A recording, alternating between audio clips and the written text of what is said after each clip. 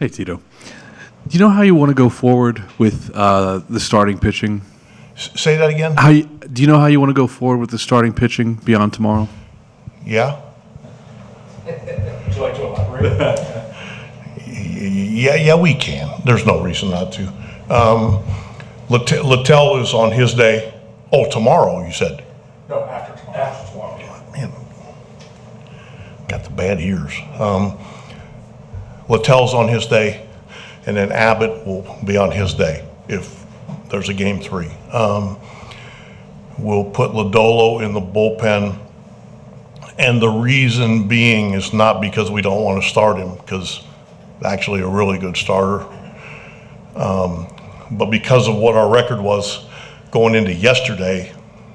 You know, we pitched him, so we want to be really cognizant of him and how much we can ask of him, so he'll be in the bullpen.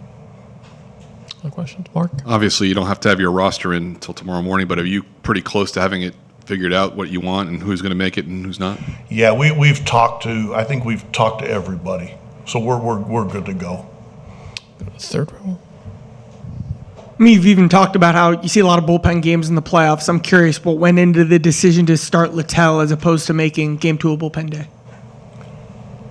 Well, it's Littell's day, and there's no mandatory limit on how much he has to pitch. Other questions for Tito? Mark? You guys have been playing some of your hottest baseball these last couple of weeks. How much of that momentum is big in the postseason from your experience as far as catching that wave and kind of riding it? I've been on both sides. You feel like you're ready to just go get them, and you look up and you're down 0-3 before you can even take a breath. It's a whole new season. And it's funny because even in a short series, you'll see most of the, you'll have ups and downs, and they just happen quicker. So, there's, again, you try to have urgency without panic. Sometimes that's a hard one to, traverse. Get that word in there, too. I got that in a crossword puzzle today. I'm proud of yourself. Thank you. I appreciate that. We'll go back. I looked it up, so that's all I got it. A lot of excitement for everyone over the last couple of days, but after everything Ellie has battled through this season, what's it been like seeing him smiling, seeing him hitting well, and seeing him have this experience? I mean, did you see him in that clubhouse yesterday? That was pure joy. To me, that was like sitting back, watching them do that. That's the best.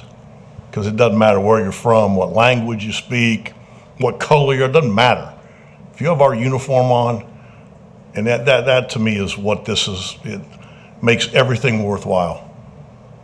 One row behind in the Terry, corner. what was that from Brent Suter in the clubhouse yesterday? We're still trying to figure out Suter's dance. Do you have any reaction to that?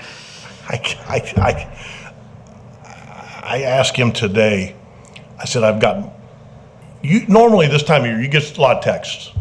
I believe I've got more text about him dancing than I have about hey, way to go.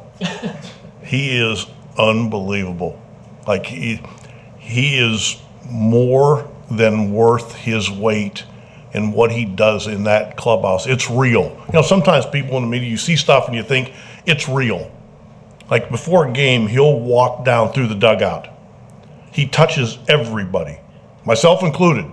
And he's got something for everybody, and you never see guys roll their eyes. It's like it's welcome all the time. He's real. He's phenomenal. I think he's a phenomenon. Just with SB, he's been there when you've needed him.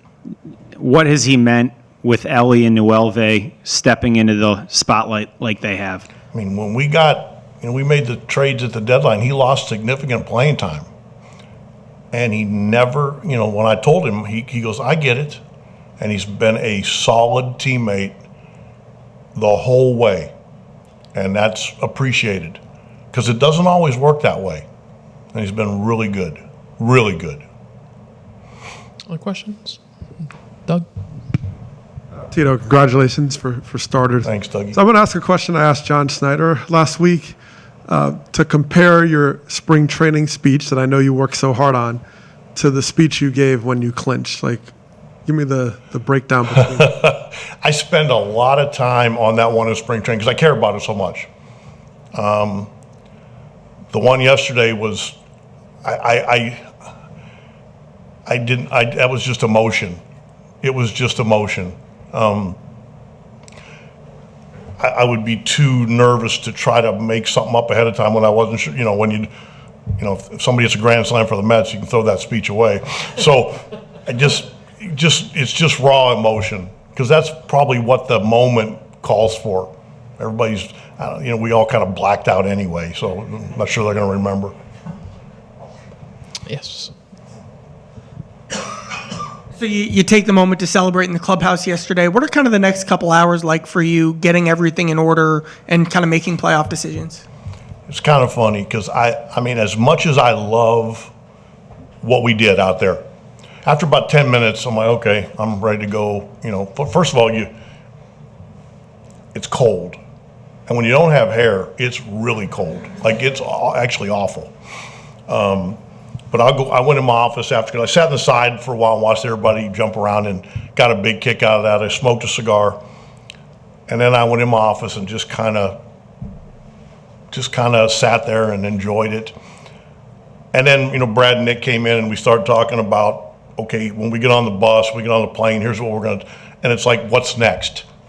And that's what we did. That's kind of how I always have been. Yes, Pat. Tito, we've talked to you a lot about how you experience a game in-game, and the nerves and all that, and genuine curiosity, does that get ratcheted up in the postseason at all? Weirdly enough, not usually. Because the preparation is so that I actually get kind of relaxed and enjoy it. At least that's the way it's been. And again, you never know what, I'm sure the way the game's played dictates some of that, but in the past, I've actually really been able to enjoy it. And just because I know once our preparation is ready, that doesn't ensure anything, but it gives me a little bit of a comfort level. Standing back left. I want to ask you about Shohei Ohtani. What's been the key to facing him? I can't tell you that. You'll go tell him. You don't want to let him get those arms extended because you make a mistake and it goes a long way. And he can beat you with his legs. He can beat you with his arm. He's one of the very best. He's a generational player. Other questions, Tito? Still, we'll get you the microphone. How did Austin Hayes come out of yesterday? Pretty good. I want to wait. I want to wait and see how he gets through this workout tonight, and talk to him a little bit too.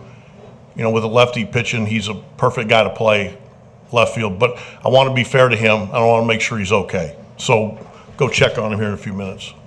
Anything else for Tito? Yes, Trent. Yesterday, Connor Phillips threw for the third straight day. After kind of a rough outing the night before, was that just a check or? It was twofold. One, we were kind of getting a little short there, and Hunter was probably next. I really didn't want to do that for obvious reasons, and I thought getting him back out there had a chance to really help him after the day before, and he threw the ball really well because this kid has come so far, and I didn't want one game to get in the way at all, and it didn't look like it did. That was really good. Anything else for Tito? All right, Tito, thank you so much. Did I miss you? Nothing. Oh, there we go. Are you kidding me? I saw Will Benson with his shirt off today. Feel like you're looking in the mirror, huh? How's your physique compared to his? Not good. Not good. That's ridiculous. Yeah, I know. He should be good. Try playing this body.